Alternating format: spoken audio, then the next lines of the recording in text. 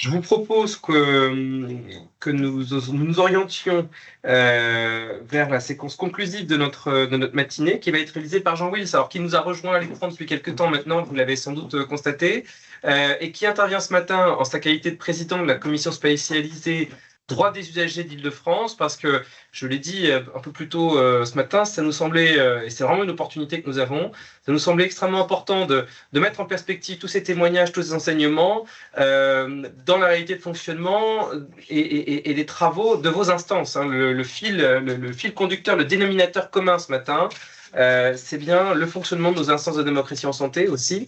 Et donc, ça nous semblait intéressant que Jean Wills porte un regard un peu de témoin sur ce qui s'est dit ce matin, sur ces exemples bretons d'une part, mais aussi nous fasse part des réalisations, des opportunités que les instances de démocratie en santé franciliennes ont pu identifier et comment elles s'en servent pour aller un peu plus loin et peut-être encourager cette dynamique sur leur territoire. Merci je vous en prie. beaucoup et bonjour à toutes et à tous. Voilà, c'est un exercice un peu difficile et surtout en un quart d'heure, si j'ai bien compris. C'est bien cela. Donc on va essayer d'être rapide. Moi, ce qui me frappe, d'abord, ce qui me frappe dans les présentations là, qui viennent d'être faites, c'est l'extrême engagement des personnes sur ces dispositifs, sur ces projets. Et je dirais peut-être la place des engagements personnels. On voit bien qu'il y a vraiment une volonté extrêmement forte des personnes de s'engager dans ces partenariats. Et si je reprends ces différents échelons qui ont été décrits par Christian tout à l'heure, moi, ce qui me frappe aussi, c'est la perméabilité entre les différents échelons. C'est-à-dire que ce n'est pas du tout aussi structuré et aussi séparé, distinct qu'on l'a présenté au début. C'est-à-dire que finalement, peut-être que la meilleure information, c'est celle qui va naître de la co-construction de cette information.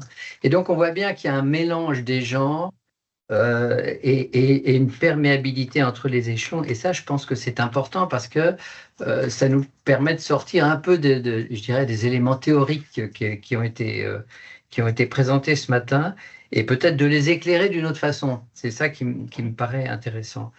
Alors, une autre remarque sur ces présentations, c'est aussi le fait qu'on a beaucoup de dispositifs finalement de partenariat en santé sous toutes ses formes.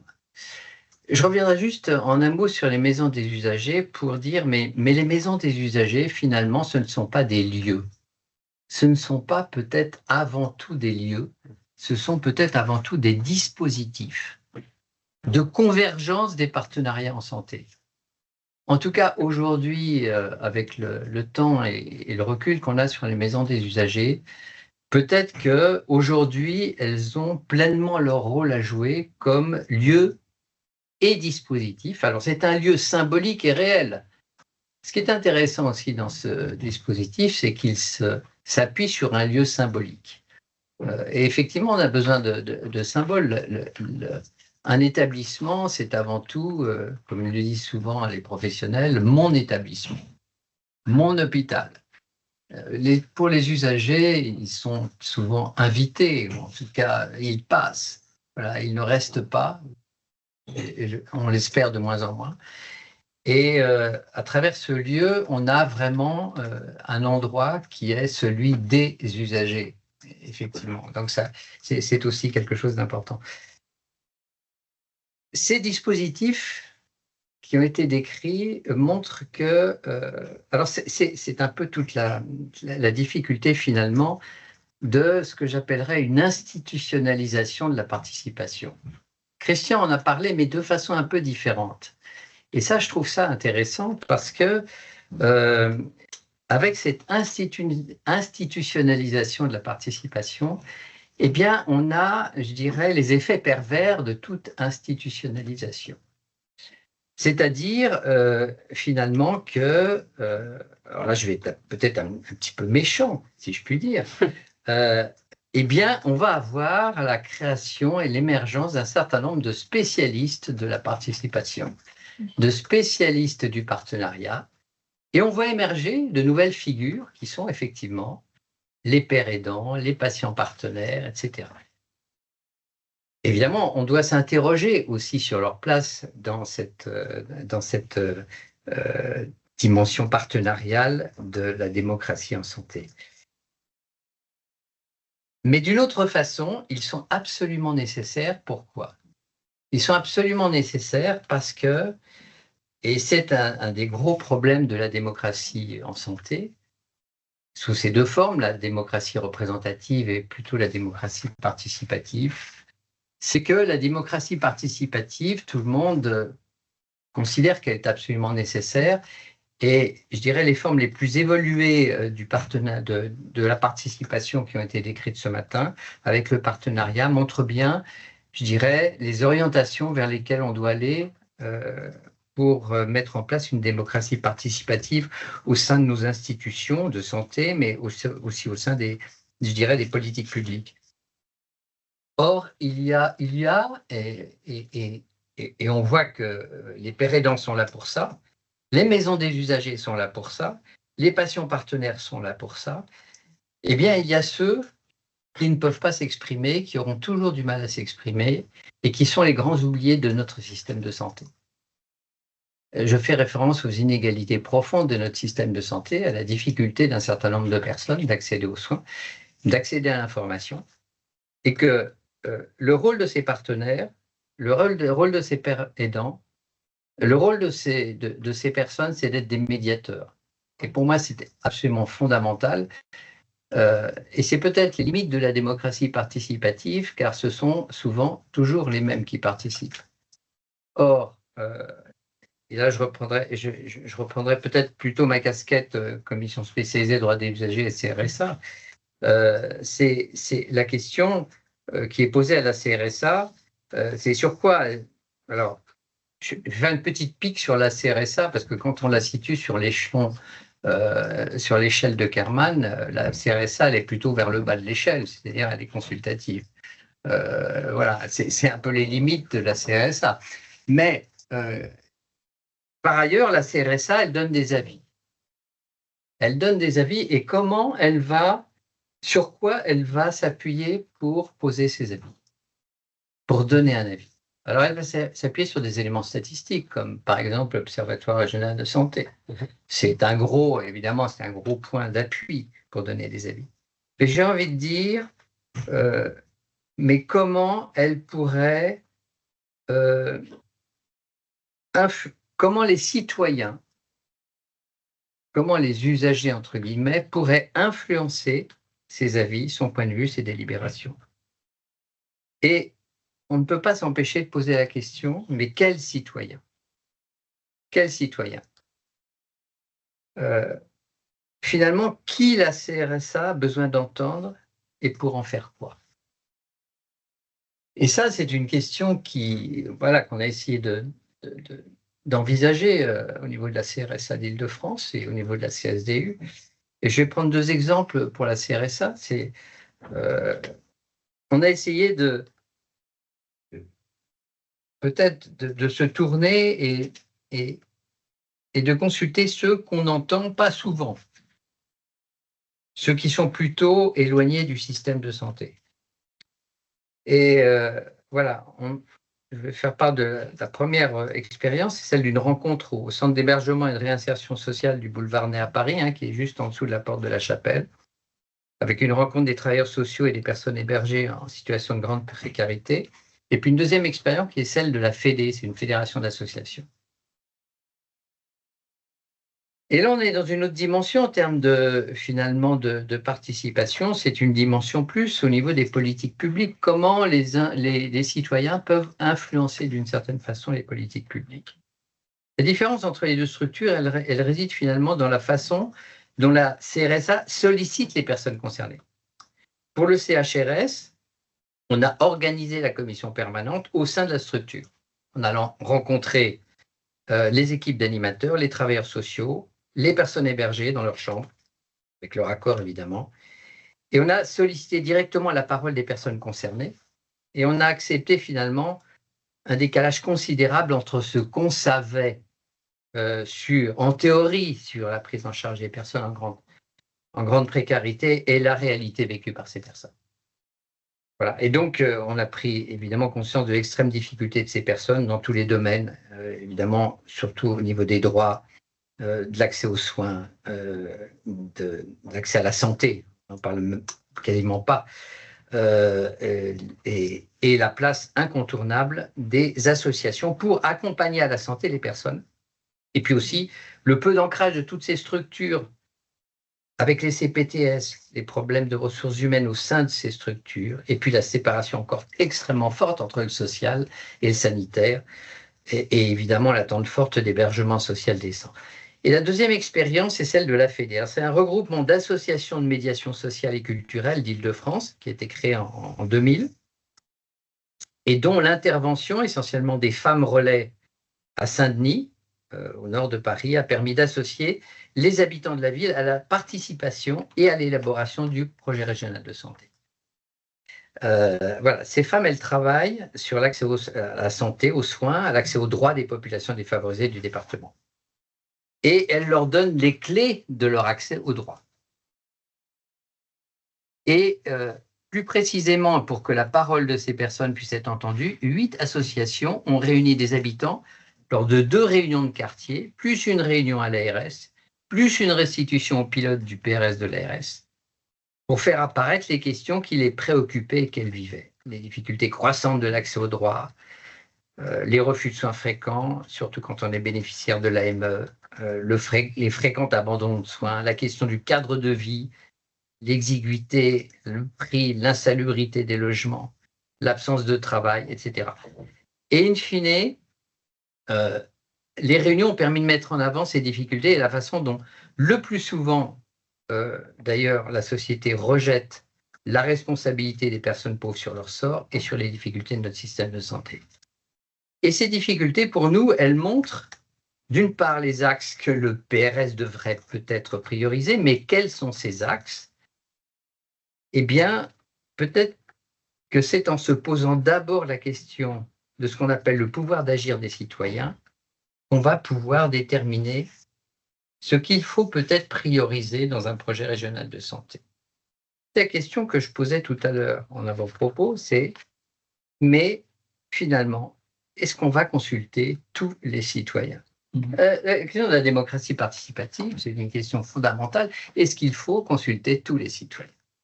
Est-ce qu'il ne faut pas se tourner avant tout vers les citoyens qui sont dans la plus grande difficulté? C'est la question de l'égalité dans la démocratie. Et ça, c'est une question absolument fondamentale, à mon avis. Voilà. Et ces rencontres, pour moi, elles questionnent ce qu'on appelle le pouvoir d'agir. Et le pouvoir d'agir, ce n'est pas seulement une question individuelle. Et si on le traite que d'une question sur le plan individuel, la question, par exemple, de l'accès aux soins doit relier à la fois les ressources accessibles aux conditions d'accès de ces ressources. Or, la grande question pour ces personnes en situation de grande précarité, ce sont les conditions d'accès à ces ressources.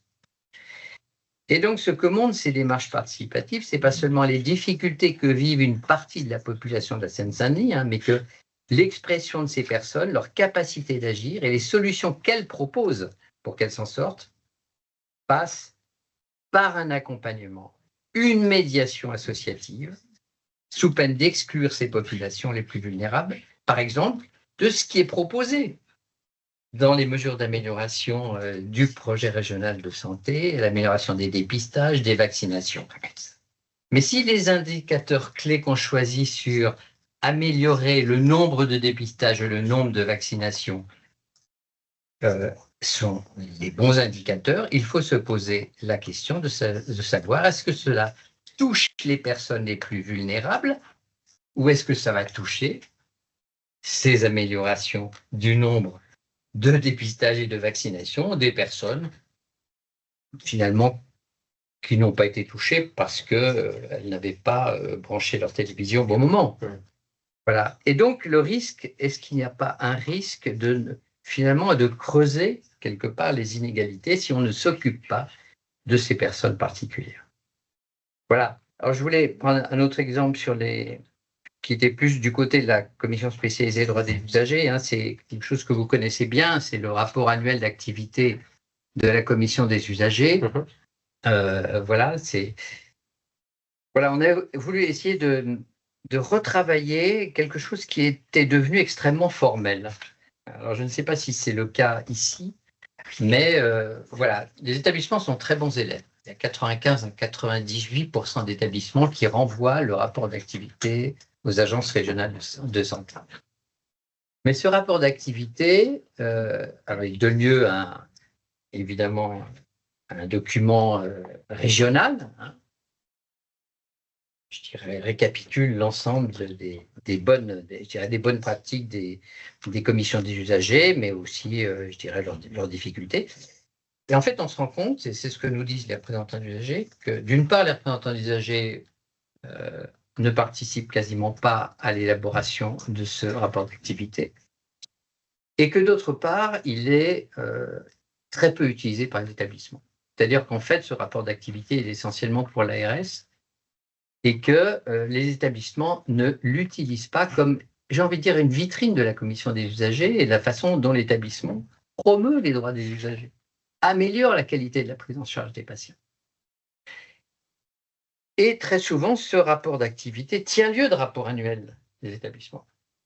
Or, dans sa forme, avec ses 150 à 200 questions, comment présenter un rapport d'activité à des usagers et à des professionnels?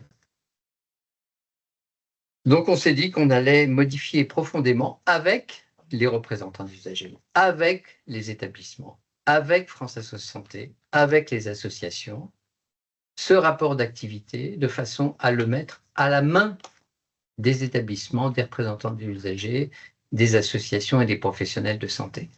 Ce qui nous a conduit à diminuer drastiquement le nombre de questions utiles pour ceux qui doivent utiliser ce rapport, c'est-à-dire les établissements, les professionnels et les usagers.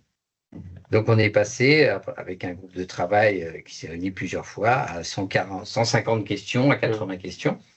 Voilà. Et puis, on va évidemment accompagner les établissements pour essayer que ce rapport d'activité, on puisse en faire quelque chose en termes d'un rapport annuel communicable, avant tout aux usagers, car c'est le rapport d'activité d'une commission des usagers et aux professionnels de santé, évidemment, des établissements.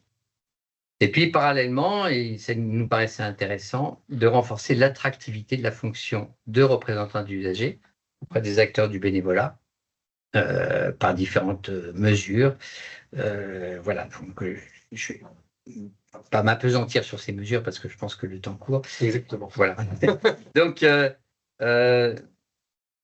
peut-être que, pour conclure, notre idéal de coopération et de co-construction, il est fondamental. Il doit, je dirais, inspirer nos actions.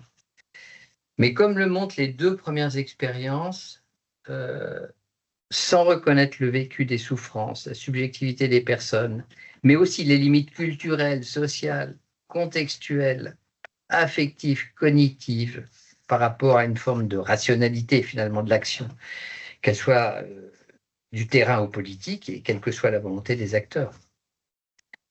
Et comme le montrent aussi ces expériences, la grande difficulté à laquelle se heurte la CRSA, c'est la valeur que nous allons accorder aux dimensions qui structurent notre action. Et je pense qu'en s'interrogeant sur les conditions du pouvoir d'agir, il sera peut-être possible de mieux prendre en compte dans ces avis et nos actions les besoins des citoyens qui sont dans la situation la plus difficile pour collaborer et co-construire. Voilà, merci de votre écoute. Merci beaucoup, Monsieur Wills. Et sans doute qu'il y avait encore beaucoup à dire de ces travaux et réalisations franciliennes. On voit bien, et je crois qu'on a perçu toute la richesse des travaux et réalisations qui sont portés, de la réflexion qui est la vôtre collectivement au sein de vos instances. On va peut-être couper le partage. Ah non, j'allais dire une bêtise. J'allais dire on va couper le partage. Mais non, il ne faut pas couper le partage parce que ce support qui est présenté à l'écran, cette dernière diapo, vous le voyez, c'est maintenant devenu routinier dans notre quotidien. Il y a un flashcode, un QR code en bas à droite qui va vous permettre de répondre à un questionnaire de satisfaction pour la matinée qui vous a été proposée ce matin. Donc, n'hésitez pas à vous en saisir, s'il vous plaît, ce matin ou plus tard. Hein, le questionnaire va rester ouvert quelque temps. Et vous pouvez aussi, lors de nos instances, lors de vos instances, hein, je m'adresse aux membres des CTS, où nous ne participons pas au niveau régional, n'hésitez pas à le faire connaître, à proposer d'accéder au replay, hein, puisque le contenu de cette matinée va être proposé en replay vidéo. Il y aura la FAQ, hein, la foire aux questions, comme nous vous l'avons indiqué, à laquelle vous pourrez accéder. Et puis, bien entendu, j'ai envie de dire, je vais parler en leur nom, ou en tout cas, je prends un engagement pour eux, mais nos intervenants de ce matin sont à votre disposition, ainsi que tous les correspondants habituels, France Asso Santé, et je pense aux collègues qui étaient en arrière-boutique, si je puis dire, derrière les panneaux qui se situent derrière moi, pour faire en sorte que la matinée se passe bien. Tous les intervenants et acteurs de ce matin, venez devant, oui, voilà, c'est une bonne idée. On va les remercier. Voilà, tous ces acteurs sont à votre disposition pour répondre à vos questions. Elles sont là tout à l'écran. Donc, c'est aussi l'occasion pour moi de les remercier à nouveau pour leur contribution, pour leurs travaux. Avant de conclure ce matin, peut-être, Monsieur Olivier, si vous souhaitez dire un mot de clôture pour notre matinée, de ce séminaire des instances de démocratie en santé bretonne. Oui, merci. Donc, je le fais de manière impromptue. J'avais laissé un petit message. Donc, c'était pour indiquer effectivement, et je pense que c'est en liaison avec, bien sûr, Mireille Massot, et puis aussi très fortement avec Francine Lègle, les leçons qu'on en tire. C'est-à-dire que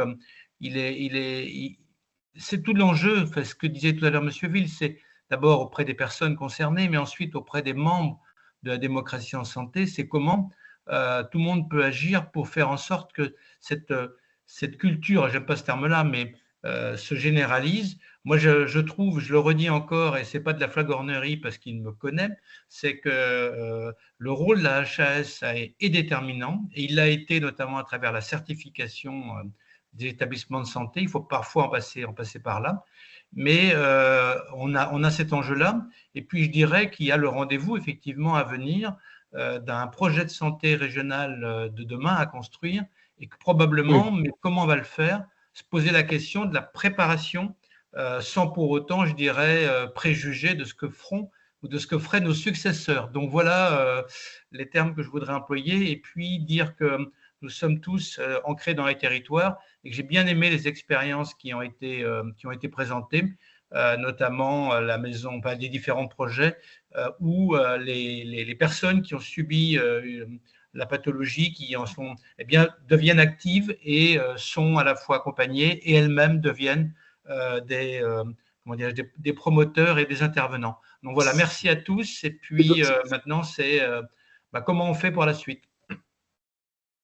Merci, Monsieur Olivier. Merci encore à toutes et à tous pour votre participation ce matin. On était à un peu plus de 80 à un certain moment de la matinée. C'est quand même le reflet aussi d'un intérêt. En tout cas, c'est une satisfaction pour nous collectivement, membres du groupe de travail préparatoire. C'est aussi une reconnaissance pour les intervenants, l'énergie, les idées, l'incarnation qu'ils ont su mettre en avant ce matin autour de ces questions et de ces enjeux. Et croyez bien que pour ce qui est de l'ARS Bretagne, c'est aussi un vœu d'encouragement cette période. Croyez bien que pour ce qui nous intéresse, à titre personnel et collectif, nous, on va continuer à œuvrer dans cette direction, essayer de porter haut ces convictions dont on a tous, je pense, pu prendre la juste mesure au titre des enjeux de santé publique pour la santé des Bretons. Bonne fin de journée à toutes et à tous, et encore merci.